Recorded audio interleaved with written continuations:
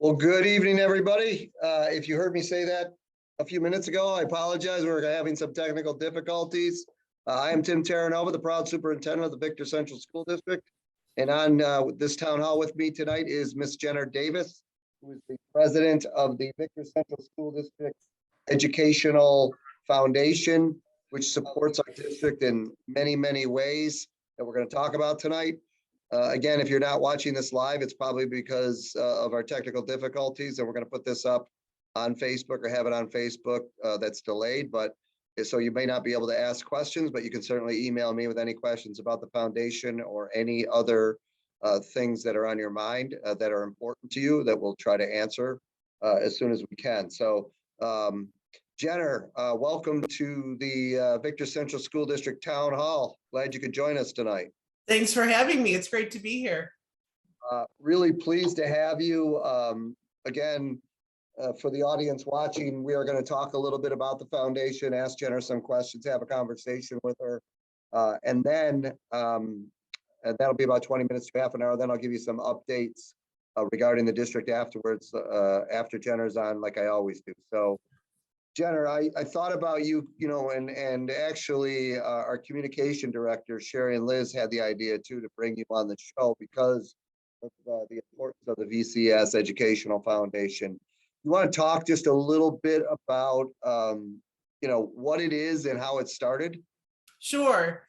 There was an intermediate school principal that some people listening may remember way back in the 80s and into the 90s, Cheryl Dudley. And when she was leaving the district for another job, she had gotten together with some of her colleagues and thought that it would be a great idea to establish a foundation to help support things that the district was doing that maybe they couldn't find funding for.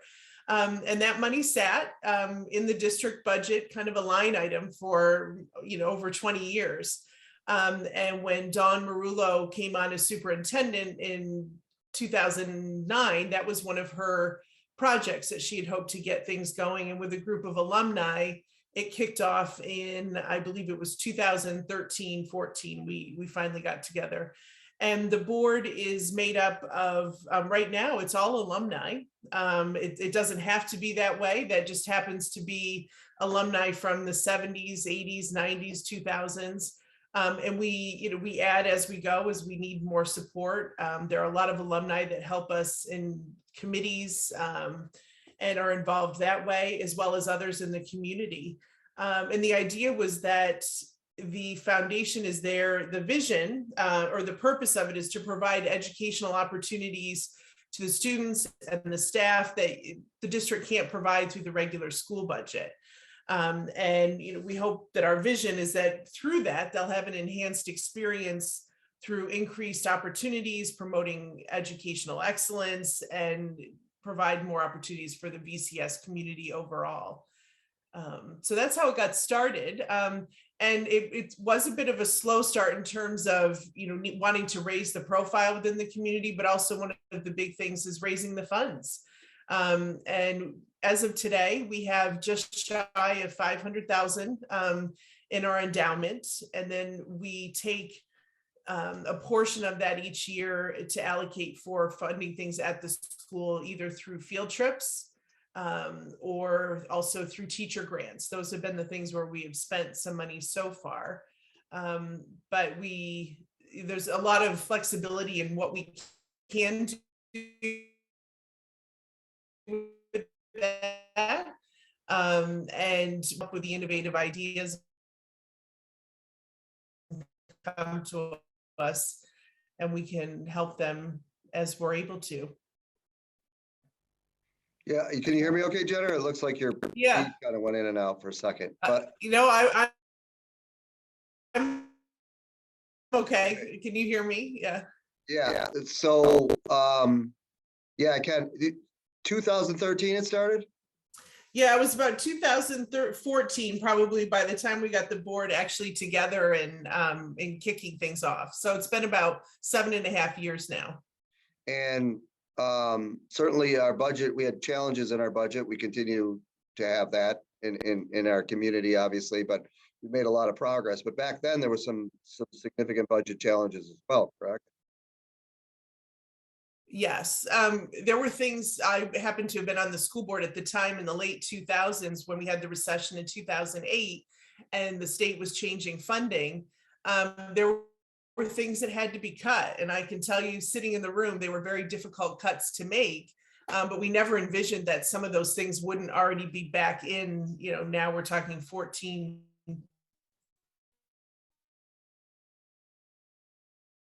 13, 14 years later, something that tugs at the heartstrings of those of us on the foundation, but certainly other alumni. When you think back on fond school memories, the idea of kids today not having the same options for field trips, a lot of people want to make that happen. And one thing that we'll be doing going forward is funding at least one per building, one field trip per the lower building. So that would be the ECEC, the primary, and the intermediate school.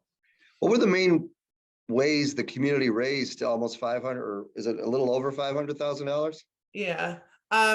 One of our big one of our only big fundraising events is the Devil Dash, which is a 5K race. We've held that, I believe, 5 times now. We had a break in a couple times along the way, but our first one was held in 2015. And until COVID, we were steadily increasing race runner participation and all of that. And we get a lot of community sponsors, not just in Victor, but regional companies and people that have connections to others in the district. And we were able to, we typically raise about 14,000. I think at our last one, we haven't finalized for this year, where participation was down due to COVID. And then the other is reaching out to members of the community who have either supported the district in various ways before or would like to find ways to participate now. And we hope in the next year or two that we also will be able to tap into more of our alumni community and others so that we can build up the endowment. And that way we have more funds each year to fund projects for the school and the kids. You want to talk a little bit about some of the exciting things that the foundation has funded? Sure. I'm turning to my cheat sheet a little bit here, but in case I forget some of them. One thing that we did recently was because of COVID, there were no field trips, kind of going 20 into 21.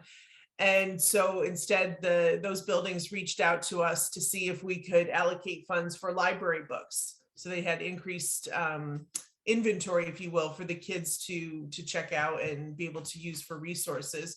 We did that. On the district page recently was, I think it was a 4th grade class that we've funded some ukuleles so the kids can learn how to play ukuleles, which is great. And we funded a string bass for the intermediate school. We've also done different kits. Some of the teachers, they want the kids to be able to have activities to do maybe when there's less structured time in the day. So we've purchased STEM kits that the kids can play with when they come into school. I believe that's for 3rd graders.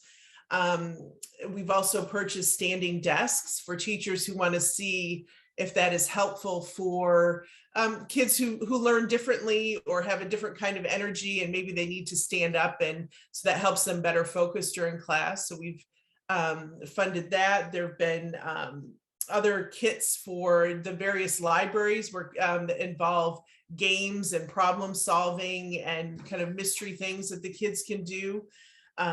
Microscopes for some of the labs, the lower grade labs, so the kids can get hands-on experience in those activities, maybe before the curriculum typically would have them involved in that. So that's just a handful of some of them that we've done. Yeah, so I wrote down obviously music, literature, library books, the comprehensive education, whether it's funding, which is incredible, funding a variety of field trips for every building, the ukulele piece, critical thinking, creative problem solving materials. I even wrote down here the garden for the oh yes, Alpha Guard for the 2nd and 3rd grade multi-age students. Yes, there have been benches also in one of the areas outside the classrooms. And you also reminded me, we've also gotten Chromebooks and I think an iPad for one of the art departments so that the kids that are doing their portfolios can put together their or working on their portfolios can put together a digital piece for that. And there's also a projector for PE and different games that they've been able to do at the lower grades. So not huge things that, but we try to look at what the impact, how many students is it impacting? And some of them are used by, you know, several hundred students. And then also if maybe it's a trial run for someone to try out a new idea and see if maybe that would have a wider application throughout a whole grade or a building, or see what works for different kids. So it was started 2013-14. What year 14. did you start? What year did you start giving out things that were funded by the foundation? Like, was that a couple years after the start? It was in 2006, because we needed to build up enough funds to then generate some interest on that money that we could then spend. So that was 2016. We spent a little bit, and then it's gone up every year since then. So if I'm not the greatest with math, so 16, 17, 18, 19, 20, 21, it's really been 6 years you've accomplished all that. Yes. All those things that we talked about were really given in the last 6 years. Yeah. Which is amazing. What and now just so people know and who are watching, or you know, I'm honored to be not a member of the board necessarily, but part of the foundation meetings. Absolutely, yeah. And I thought it was really important for me to join this group because of their incredible influence on the district. And I think the sky's the limit in terms of opportunities moving forward. I know that we've talked a little bit, you know, like you said, there's two real, and maybe there's more, but two main areas of funding for our district would be things that are somewhat outside the budget that don't necessarily are not able to be covered by our budget, but are really important for kids.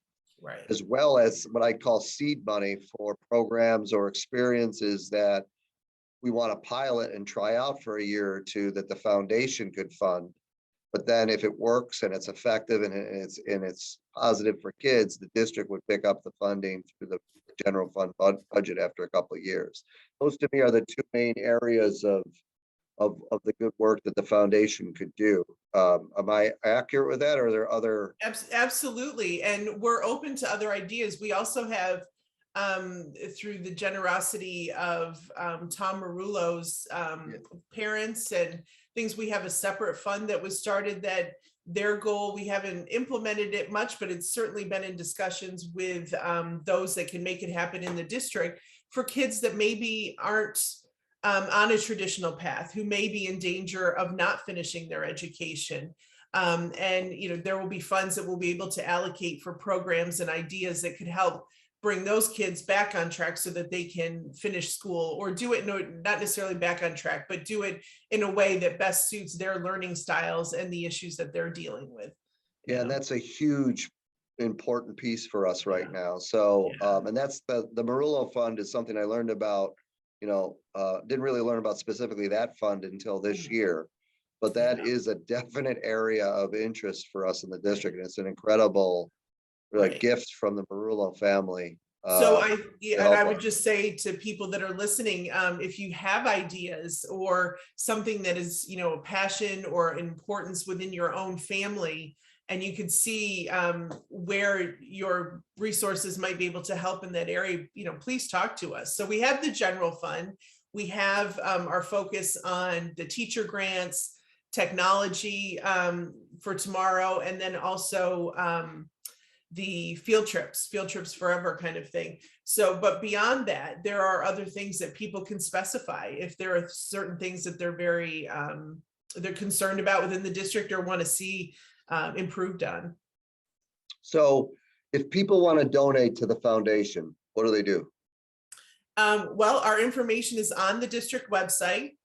So you can click through, I think it's under the community piece, and it'll take you a link to our site. We do have our own website. We have a Facebook page, and there's lots of way out through all social media, but it is on the district website and can take you through and how to donate. And yeah, anything is appreciated, certainly.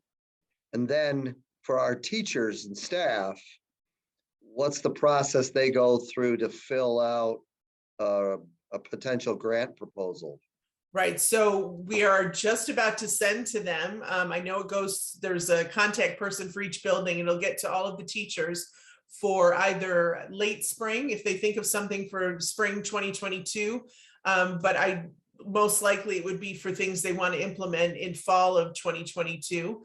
And I think we've allocated 15,000 based on growth of the endowment itself this year. So we had strong market performance, and that helps us. That allows us to give out more funds that way. So they can put in their application, we'll review it. And you know, I encourage them to put them in. If we can fund it, we will.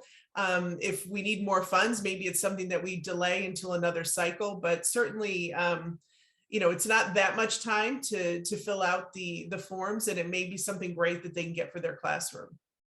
So really, that's incredible. So we have 15, you're allotting up to $15,000 for the teacher grants. We call them Yes. grants. Yes, grants. And then they fill out the proposal, which they'll be publicized through their buildings. Yes.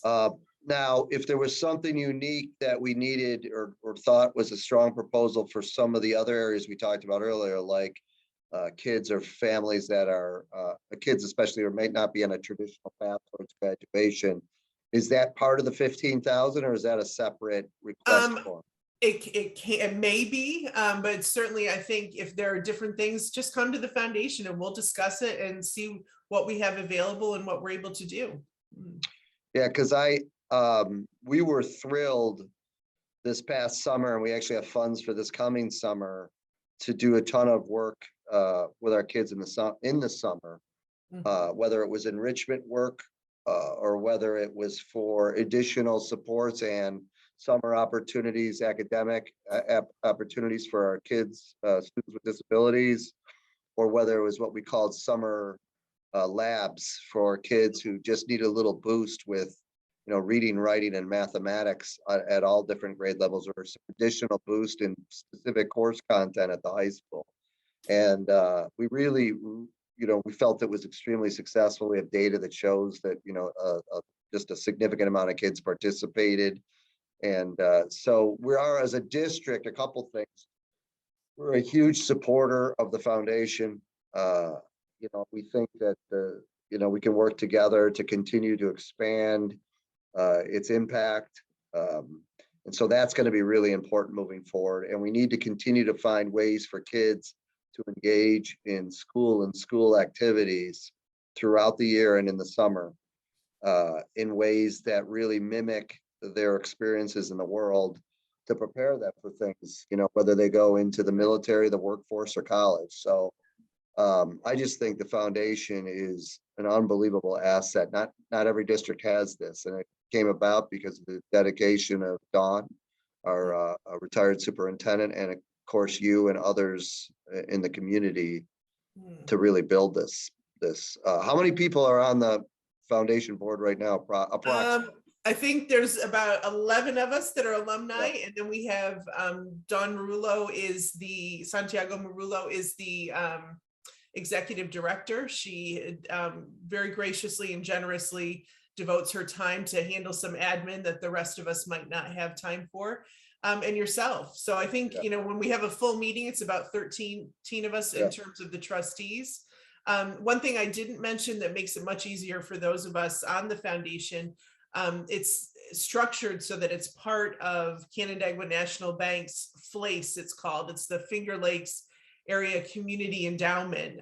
So they take care of the 501c3 status, all of the things, the administrative pieces that way. So those of us that are working on the foundation as trustees, we can just focus on the work, raising the money, and then figuring out how we can best put it to use within the district community. Great.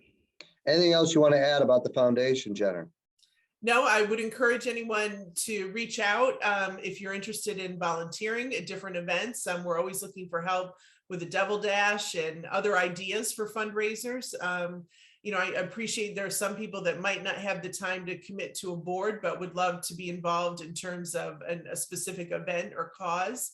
And certainly to the teachers, keep coming up with those ideas and reaching out to us, and we'll see what we can do to make different things happen in terms of new and innovative opportunities for the kids.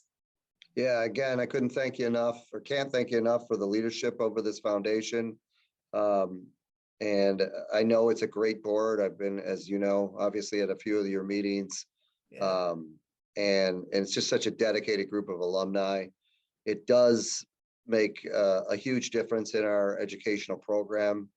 And I just think this, again, the sky's the limit in terms of, you've done such a strong job and continues such a strong job of making sure that, I guess we'll call it endowment, is growing.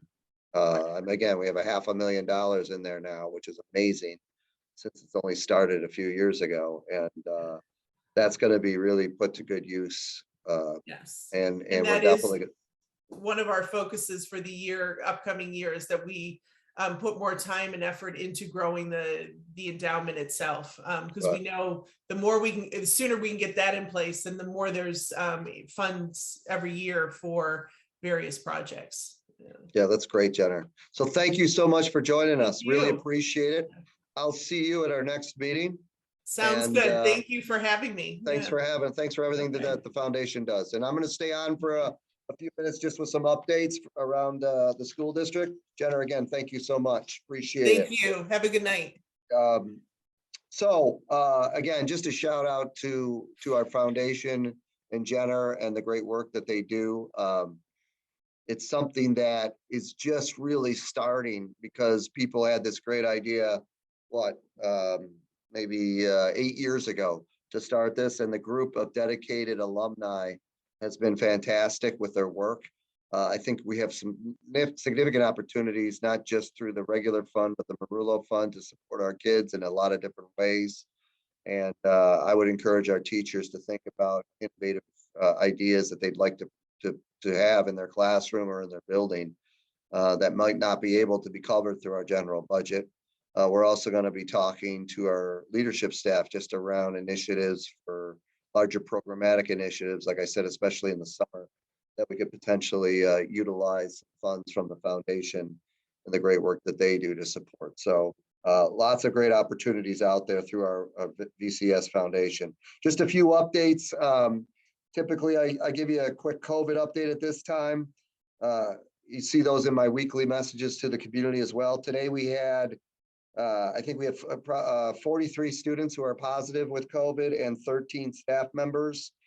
That's down to some degree from about a week ago. Now, part of that is because the isolation period has decreased from the state from 10 to 5 days. As you know, and I think we've tried to publicize this as much as possible, quarantining procedures now are pretty much, the state is not following up, or the county is able to follow up on quarantining and isolation procedures.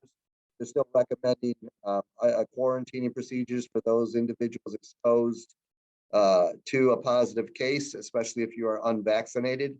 But at this point, they're not able to follow up with the phone calls around those areas. So as I mentioned in a message to the community, and I'm going to repeat that message, or part of that message anyway, tomorrow, the school is no longer following up with quarantining phone calls. And so if you have a question about whether your child has been exposed to a positive case, please give your school nurse or your main office, in terms of the building that your child goes to, a phone call and inquire about that. If you have any concerns around exposure, and then we can give you as much detail as we can and that we have. But we're no longer, the state's no longer giving the phone calls to families, and we're not able to follow up with that around quarantining. So we're really moving forward with those concepts. We are being heavily supported by the county around both testing and our ability to test to stay, especially people who have minor symptoms, our staff or our students who have minor symptoms, kids who develop those symptoms in school. We're able to test to stay for that. And we certainly are still able to test to stay for kids who are supposed to be quarantined if exposed to a case and their family is wanting that to happen in terms of the quarantine. So quarantining procedures have significantly decreased in the last week. And we just need to be aware of that, and everybody has to understand those processes and what the state health department and the county health department have instituted. We certainly continue to have staffing challenges in terms of having people here every day to cover what we need to be covered or have covered. And I can't thank the staff enough. They have done an unbelievable job. They're wearing themselves out, trying to do their job. And many times, many of our staff are picking up the pieces of other areas that aren't covered. We consistently have, somewhere, I don't even want to give a number, but, it could range from 5 to 10 positions not being able to be covered. And so what happens is our administrators and our current staff cover it, basically. And it's just an incredible responsibility. It takes a lot out of our staff. I want to thank them for everything they're doing and make sure that people understand we're doing whatever we can to support substitutes to be here when our staff is sick, and to continue to look for ways, innovative ways to find more substitutes. I'm just going to put in the plug as I typically do. If you are interested in working in our district in any way, shape, or form, we need some help. So if you have the time and you're interested, you don't have to be a certified teacher to work in our district. There's many, first of all, you can sub without being a certified teacher, and there's many other experiences that we have that we need in terms of help with. So just go to www.victorschools.org, go to our hiring portion of the website and fill out an application, or give a call to our personnel department, our personnel office during the day, and they can direct you to where to go and help you fill out an application. But again, we're really working hard to maintain our staffing. I can't thank the staff enough for their dedication and help and support. We are continuing to survive, and hopefully, we got a small glimmer of hope that our cases have gone down the last couple of days, both with staff and students. We hope that trend continues. It's really, really important to try to do whatever we can to maintain in school, not just in school learning, but all the experiences and activities that occur in a great comprehensive district like Victor Central. I'll share a couple emails from parents that I received just about this subject. One says, I just wanted to send a quick thank you to the Victor Senior High staff for allowing the amazing National Honor Society ceremony to take place last night. This was a couple weeks ago. It was so wonderful to see the kids celebrated by their families, friends, and teachers in as, quote, normal, end quote, of an environment as possible under the circumstances. Another thank you note to our athletic department and Mr. Weimer, our director of PE Health and Athletics. My 3 older children escaped high school without the impact of COVID, but not my youngest. The things that you and the coaches, as well as the entire VCS staff, have gone through to make successful athletic seasons is tremendous. The Victor Athletic Department has made an incredible effort to keep the kids active and involved. I'm not sure how, but my son barely makes a comment about the restrictions that are required. He just loves being part of whatever team he is on. Thank you very much. So again, those are the types of experiences, whether it's athletics, music, extracurricular activities, and certainly school, that we need to continue to focus on. And we're not able to do this. We're not able to do it without our incredible staff. And I don't even want to talk about specific groups because I'll leave somebody out. But our entire staff just keeps plugging, keeps working hard. We always tend to, we really push that. And we want to make sure feeling the stresses and stress of this time, and making sure they're safe and healthy along with their family, but they have such dedication for your kids and the work that they do, whatever it is, that I'm thrilled to have them. And we wouldn't be where we are right now without them. So just a special thank you to our entire staff. Again, a reminder about vaccinations comes up many times. Our district continues to support the Centers for Disease Control and Prevention and the New York State Department of Health, as well as the Ontario County Department of Health.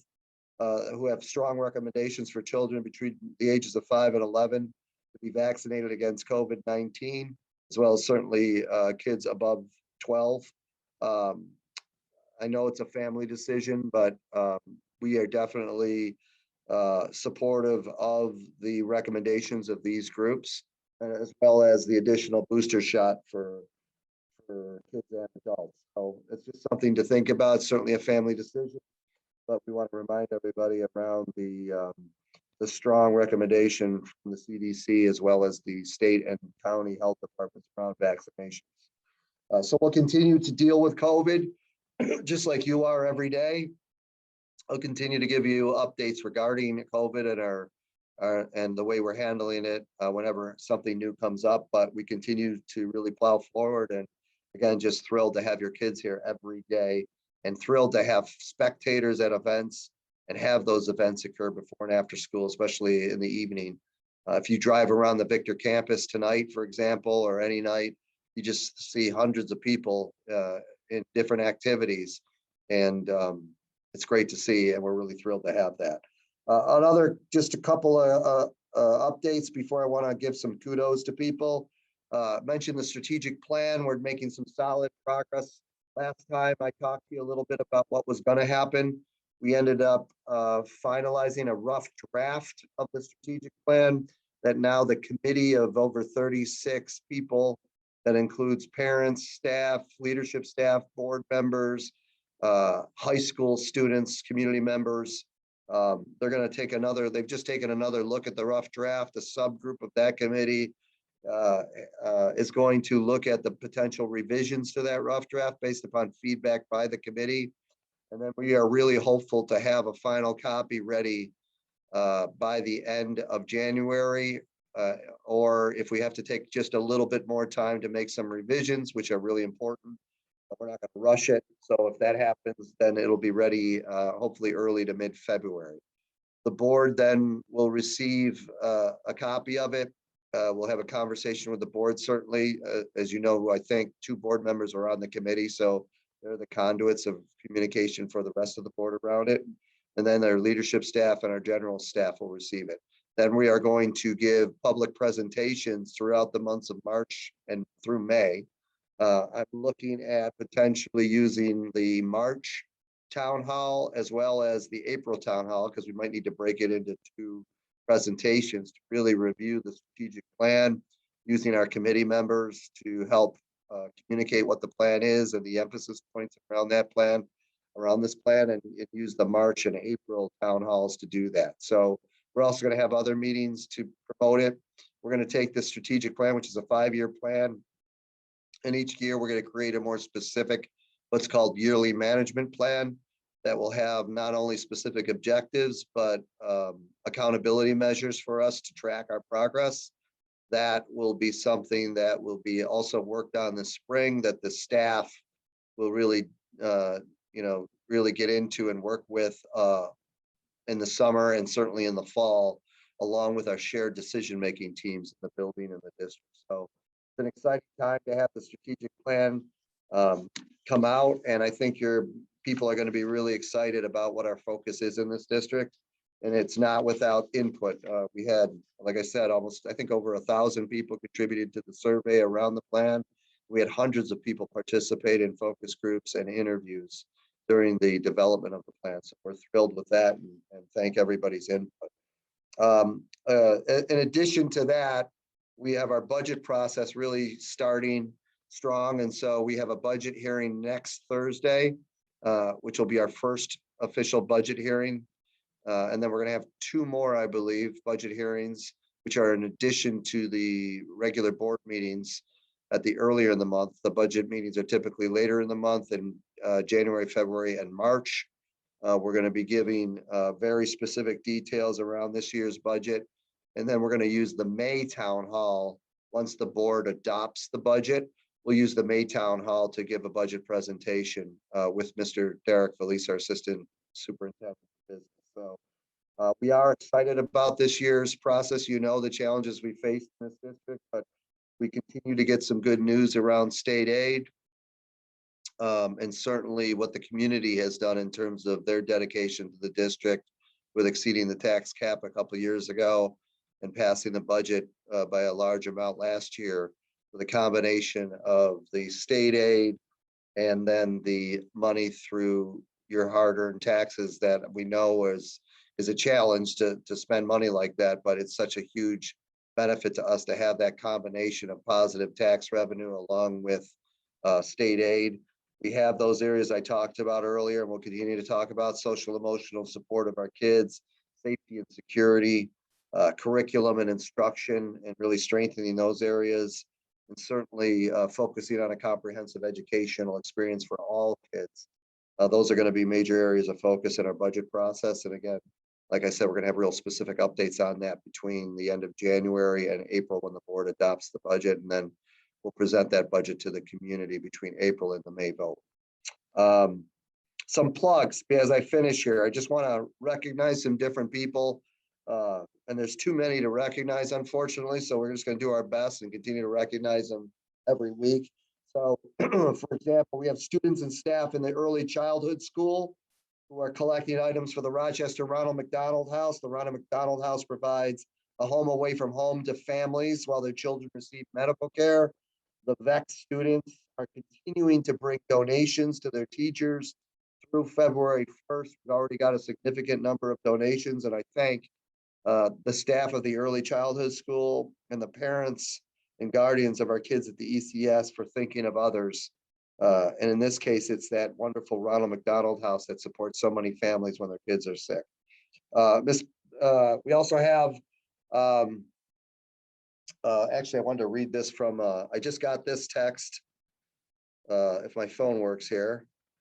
A young leader in 7th grade, McKinley, he's a 7th grade student, coordinated and donated 51 care packages, both male and female veterans, at our Farmington shelter today. And that's what's called the Safe Haven shelter, which is a homeless shelter for veterans in Farmington, New York. And it's the only shelter of its kind in Ontario County. We also had 11th grade students collecting personal hygiene products for the Center for Youth in Rochester, New York during the month of January. And again, our district is so giving and empathizes with so many different groups of people in need that we're going to continue that tradition of giving and care and service that is a hallmark of Victor Central School District. Some other plugs. We're thrilled to, and I think I talked about this before, we're thrilled to share that the Victor Central Schools applied for and was awarded a grant to open 2 additional full-day classrooms in the early childhood school for pre-K. These classes will begin actually Monday, January 31st, 2 additional classes. I think we have 36 families that, additional families that we're supporting through the preschool program, pre-K program. It's going to operate from 8:45 a.m. to 1:45 p.m. And then we're also piloting through this grant an extended wraparound program for an additional hour until 2:45 p.m. for approximately 18 of the students. And again, that's a pilot for this year. We're going to look to expand that as we move forward. Parents do provide the transportation for UPK, but it's really a fantastic opportunity. It's all from grant money that was given to us by the state. It's separate from the budget. There's no impact on our tax dollars. And we're able to actually save some money that we're spending on UPK because of the way the structure of the teachers worked out. So that's something we've bragged about and are excited about, and we're thrilled to have 36 more pre-K students being serviced for full day UPK work right in the ECS. That's awesome. We've had incredible music concerts at the elementary level that occurred last week and this week. Certainly all the concerts at the high school and junior high level as well in our other buildings before December break. I just have to tell you, there's something about being, last night I was able to attend the 4th and 5th grade beginning concert, as well as the 5th grade band concert for those youngsters who are in their 2nd year of playing an instrument. And they were phenomenal. Not only were the kids phenomenal, but the audience was incredibly supportive and enthusiastic. And I know some of these kids have had 6 total rehearsals. That's all they were able to have. And they sounded phenomenal. Thanks to our teaching staff and our music department who do a great job, and certainly our parent support. But it was just thrilling to be a part of that concert last night. The auditorium was packed. And again, our parents and guardians were just grandparents and extended family members were thrilled to be there and to see their kids in action. I can't wait to see our kids as they move beyond 4th and 5th grade into the junior high school and the high school and the performances that they're going to get. So shout out to our music department. 6 VCS students' artwork was chosen to be part of the Invitational Art Show at RIT. That's a huge honor. The show takes place on RIT's campus in the Bevere Gallery Booth Hall, Building 7A, from January 14th to January 29th, with a virtual award ceremony on Thursday, January 27th. We've definitely publicized this through our Facebook. And again, this is quite an honor for 6 VCS students who are just fantastic and incredibly talented. Those 6 are Scarlett Ulatowski, Marley Crane, Soli Griffin, Leah Avila, Kennedy Shotland, and Emily Cromhickey. So real big shout out to Scarlett, Marley, Solia, Leah, Kennedy, and Emily. Just an awesome job. And if you get a chance to go out to RIT, it's an incredible exhibit. And again, 6 of our students have artwork that are going to be displayed there. Also, I had a Golden Apple Award winner a couple of weeks ago, Jennifer Hall, outstanding teacher at the VPS. Jennifer, the Golden Apple Award winner is a nomination from somebody in a district who says basically this teacher is exceptional and we really want to recognize them. And so the television station comes out, they film it, and they're recognized on TV and given the Golden Apple Award. And Jennifer, who's one of our outstanding teachers, received that a couple of weeks ago. And I just want to give a shout out to Jennifer for her exceptional work with our kids and people who thought of Jennifer for this award. And then last but not least, each year DECA recognizes leading chapters that have built strong local programs focused on serving exceptional number of members, advisors, alumni, and business partners. So basically DECA is a national organization and they recognize leading chapters throughout the country for their work with kids and the way they do community service projects, membership recruitment, school outreach activities, and other DECA related endeavors. It's this particular honor and recognition is called the Thrive Level Recognition. I'll say it again, Thrive Level Recognition. And this went to the VCS DECA Club recently. Actually, I think today we found out about it. So it's a tremendous honor for an already stellar club, DECA. And we're thrilled to recognize them and the work they do. And again, really nationally recognized for the work they do around business education and getting our kids into practical and real world experiences through business experiences and marketing. And it's just done wonders for our kids. So thank you to DECA and everybody around and involved in that. As I already said, let's see, we're going to have some kids on in February on the town hall. Not exactly sure which group. I'm going to definitely recognize some different kids doing some amazing things. And I hope to have a large group on with me in February. And then actually March and April, I may have messed up the months before. March and April, we're going to do significant discussions on the strategic plan, because by then is when we will publicize that to the community. We're going to have members of our strategic planning committee on with me to discuss the plan, really unveil it to the public. We're also going to most likely do a presentation at the board meeting around it. And then May, we will have our presentation on the 2022-23 budget with Mr. Felice. And then June, we'd love to bring on a large group of our seniors who will be graduating that month. It's an exceptional class of 2022. And so we'd love to have them on in June. So that's really the next few months of our town halls. We're excited to have them. Sorry about the technical difficulties at the beginning of this broadcast.